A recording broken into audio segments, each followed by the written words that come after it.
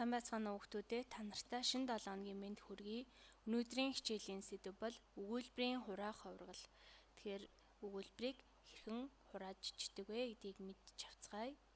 За өгүүлбэрийн гишүүдийг нэмэх, хасах, байрыг нь хөдөлгөөн сэлгэх, нэг үг хэлхийг нөгөө үг хэллэгээр солих, нэр ба үйл гишүүдийг хувиргах, үүргийг нь солих зэргээр өөрчлөхийг өгүүлбэрийн хувиргал гэмээ.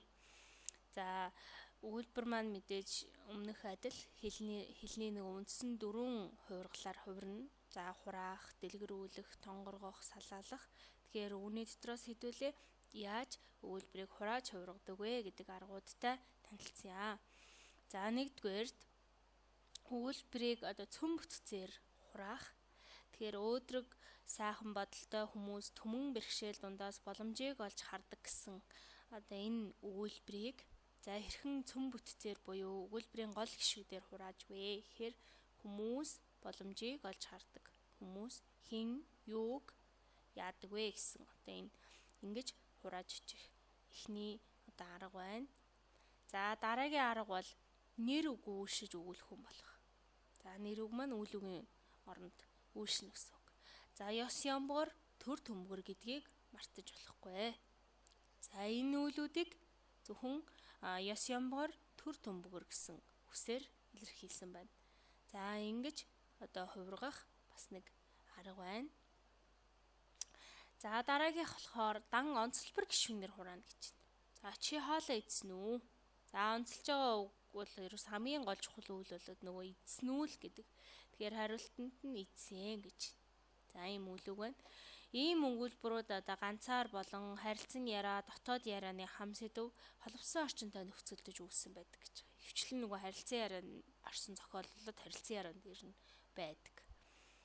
За ийм арга байдаг бол дараагийнх болохоор бүрэн өгүүлбэрийг бүрэн бус өгүүлбэрээр болгон хураах.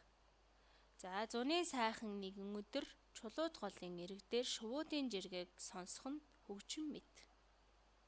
За энийг бүрэн бус өгүүлбэр буюу 100 өдөр чулууд гол шувуудын жиргээ гэсэн энэ хүсээр хурааж утга санааг илэрхийлсэн байна.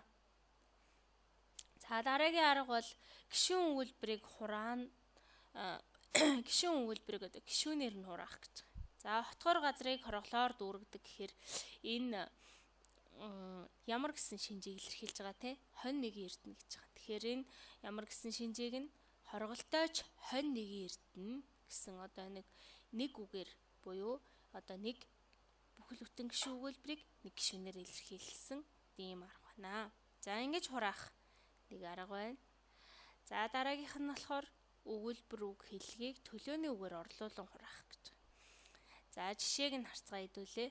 Монгол орн бол дэлхийн нүүдлийн малаж ахуй соёлыг авчулсан орон юм гэж илтгэлдээ дурджээ.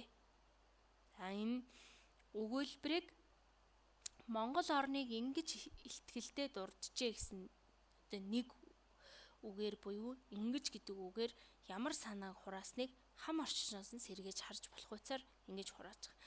Хам орчин гэдэг нь тухайн зүйлийн урд өмнө өгүүлсэн зүйл болоод дараа өгүүлэх зүйлээс энийг нэрээ ингээд дурдсан бэ штэ гэдгийг мэдэж болох утсаар. За ингэж хураах аргууд байна. За тэгээд өнөөдрийн хичээлд анхаарал хандуулсанд баярлалаа.